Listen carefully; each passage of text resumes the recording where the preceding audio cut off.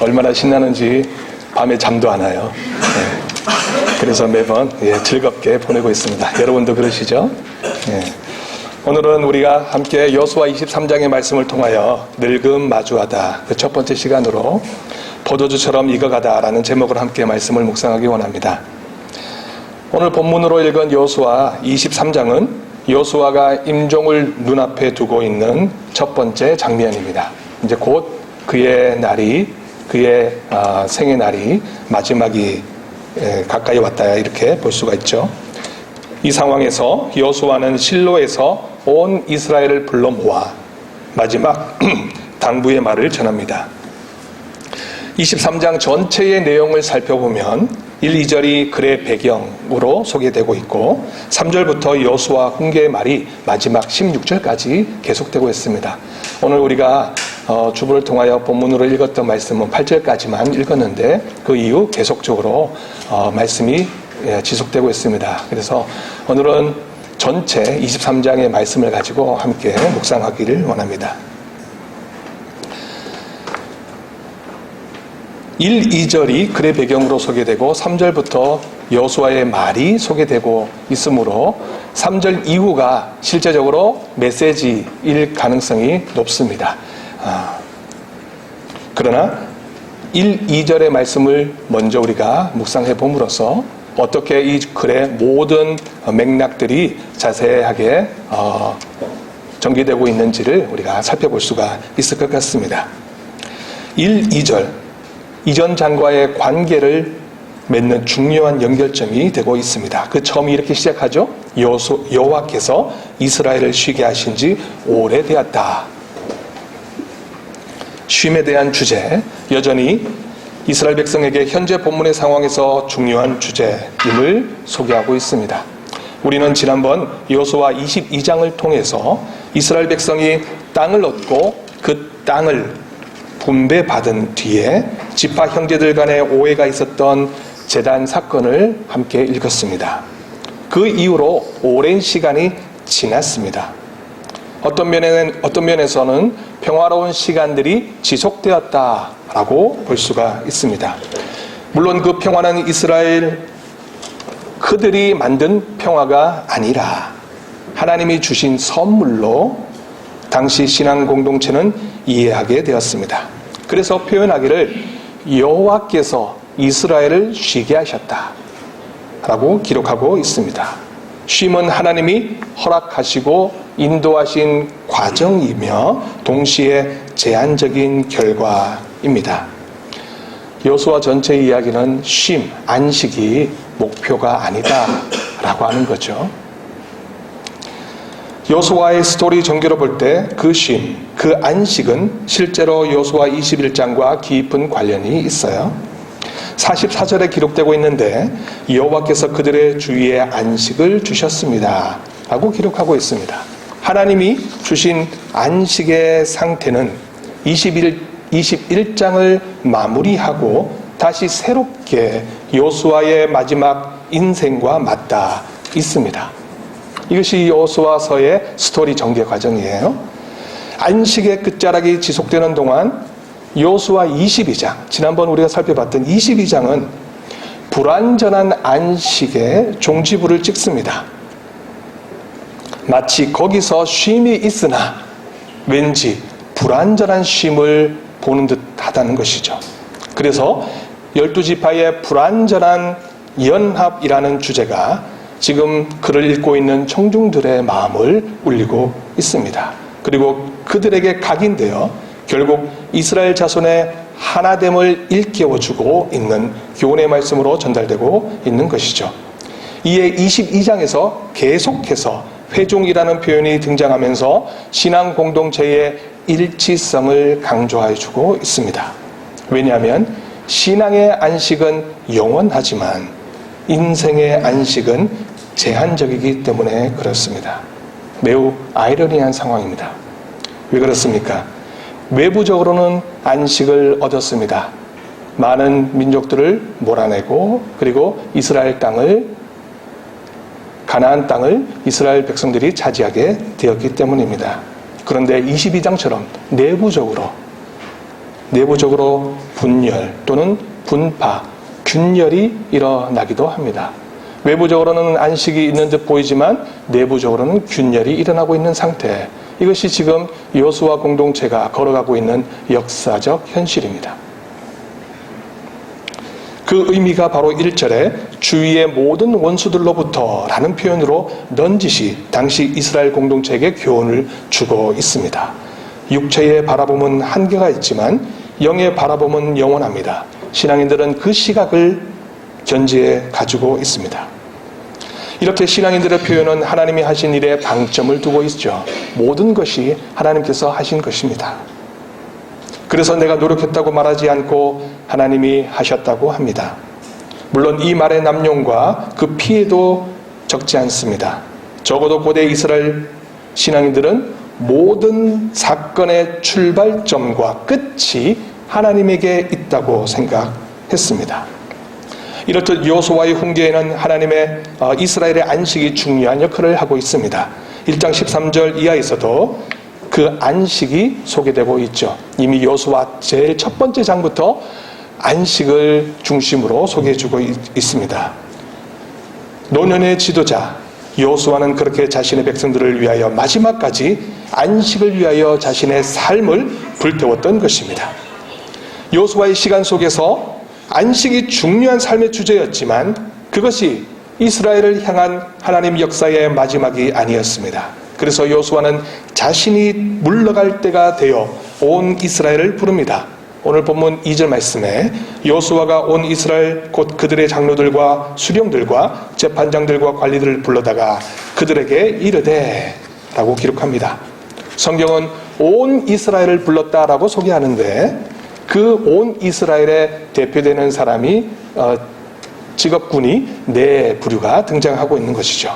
그 대표성으로 지도자들을 불렀다라고 기록합니다. 실제적으로 모든 사람 한 명 한 명 개인들을 다 부른 것이 아니라 대표성을 띠는 지도자들을 불렀다라고 하는 표현이죠. 장로, 첫 번째 등장하는 분입니다. 장로람은 우리가 룻기 4장에서 보듯이 성문에서 법률 사무를 담당하는 그룹들로 이해할 수가 있습니다.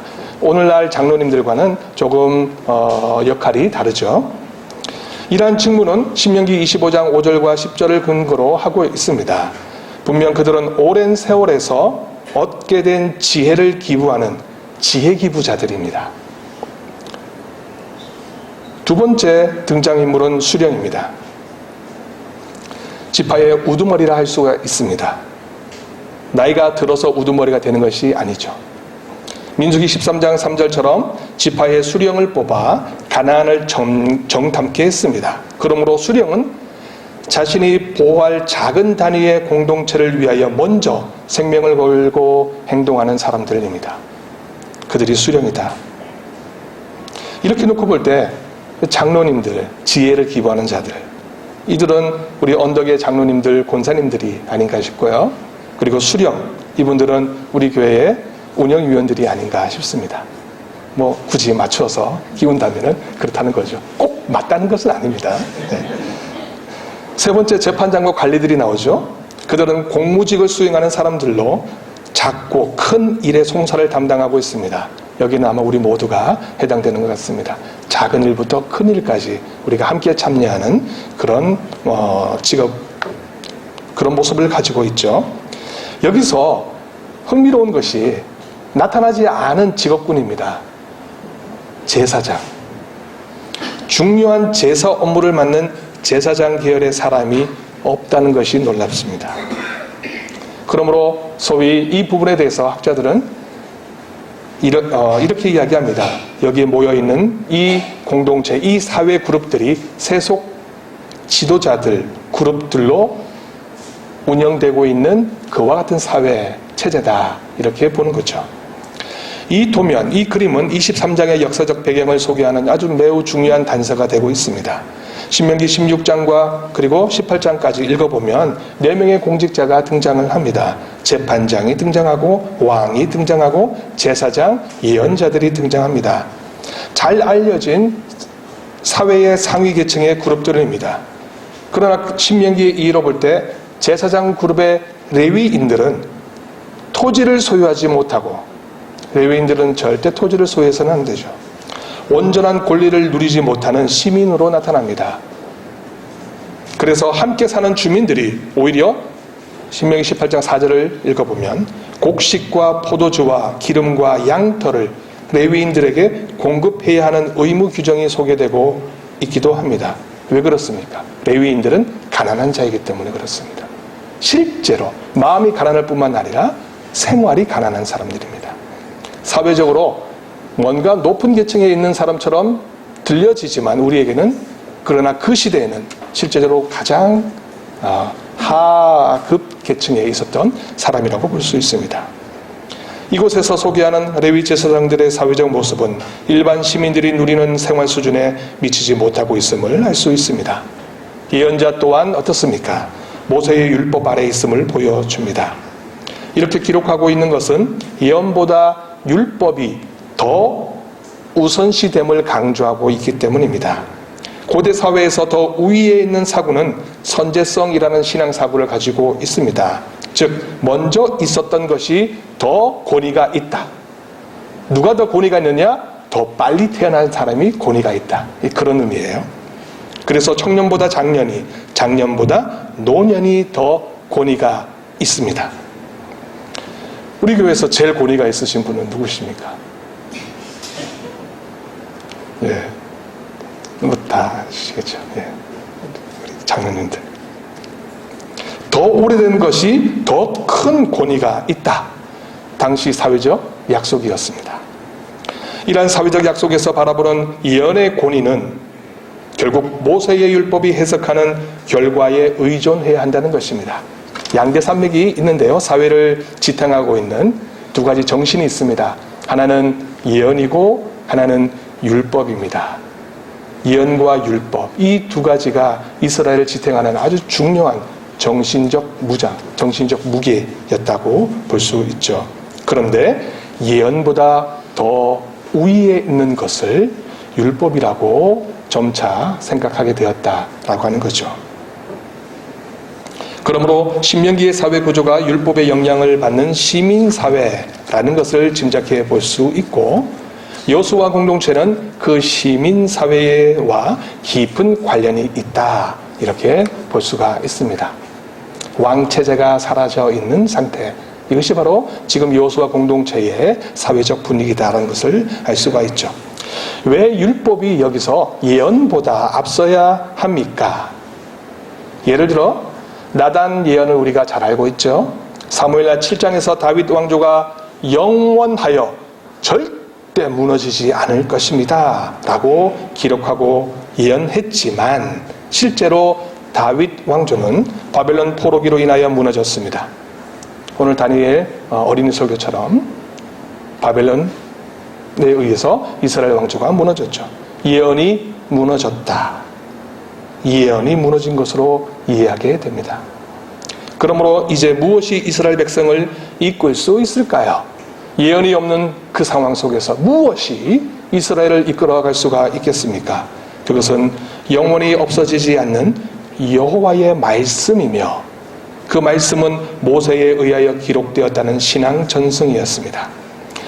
다윗에게 주어진 예언보다 더 오래된 모세의 말씀이 더 권위가 있다고 여기게 되었습니다.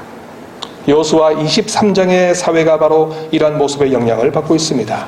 결국 이 글을 듣고 읽는 이스라엘 백성은 조상들의 굴곡진 역사의 진실을 외면하지 않고 마주서서 올바로 직시하고자 합니다. 그들은 새로운 역사를 바라보며 과거의 역사에서 교훈을 얻고 그 두려움을 해소하고자 합니다. 보여진 역사는 지혜를 주지만 보이지 않는 역사는 믿음을 공급합니다. 이것이 여호수아 공동체가 걸어가는 믿음의 현장입니다.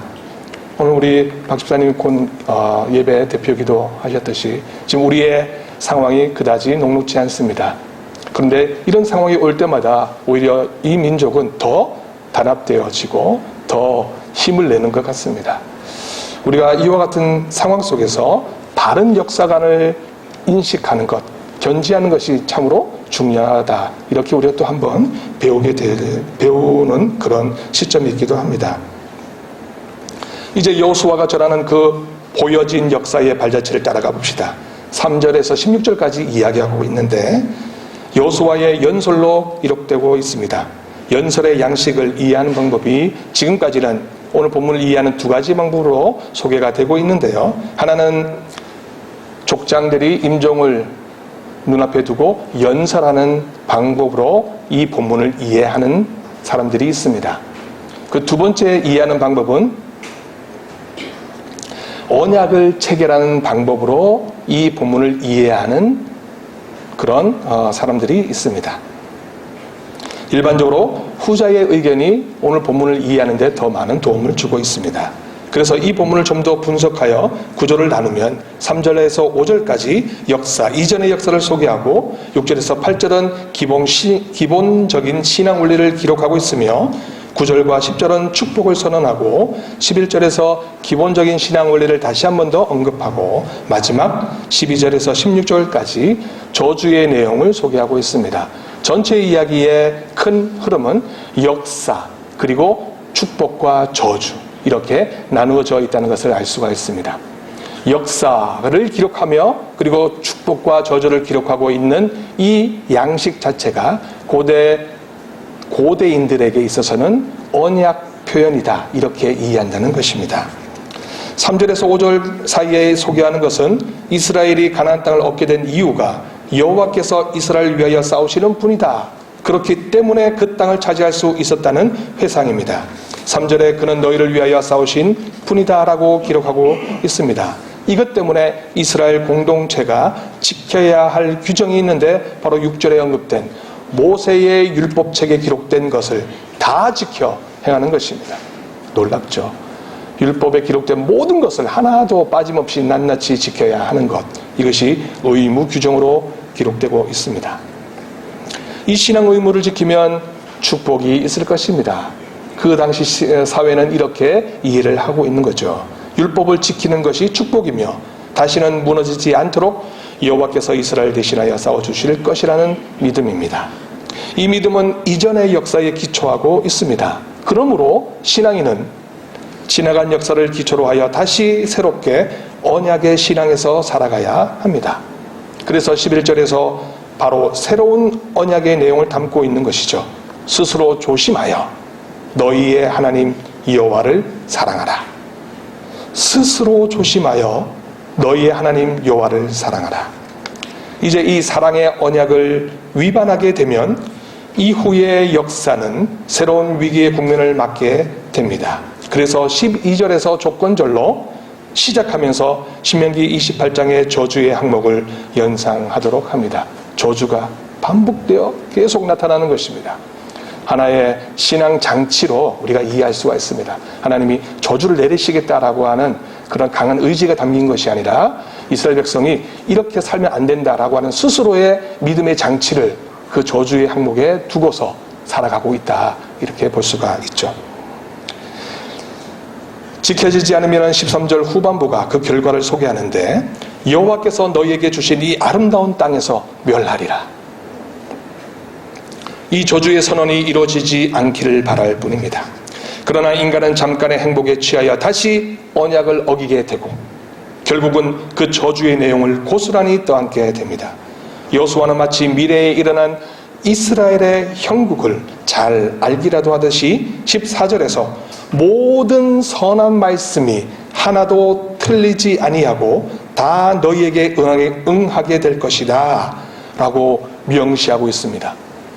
앞으로 유다의 무너짐을 이미 체험하고 있는 것처럼 기록하고 있는 것이죠. 이미 여호수아 신앙공동체는 이 역사적 사실을 경험하고 있습니다. 그래서 15절에서 지금 공동체는 저주의 시대를 살게 되는데 선한 말씀이 이루어진 것처럼 모든 불길한 말씀이 임하여 너희를 멸절할 것이다 라고 소개하고 있는 것입니다. 이는 16절에서 다시 가정법으로 다가올 역사를 미리 경험하게 합니다. 그 소개가 놀랍게도 열왕기서에 고스란히 남아 있습니다. 남왕국 유다가 역사에서 사라지게 되는 것입니다. 이런 스토리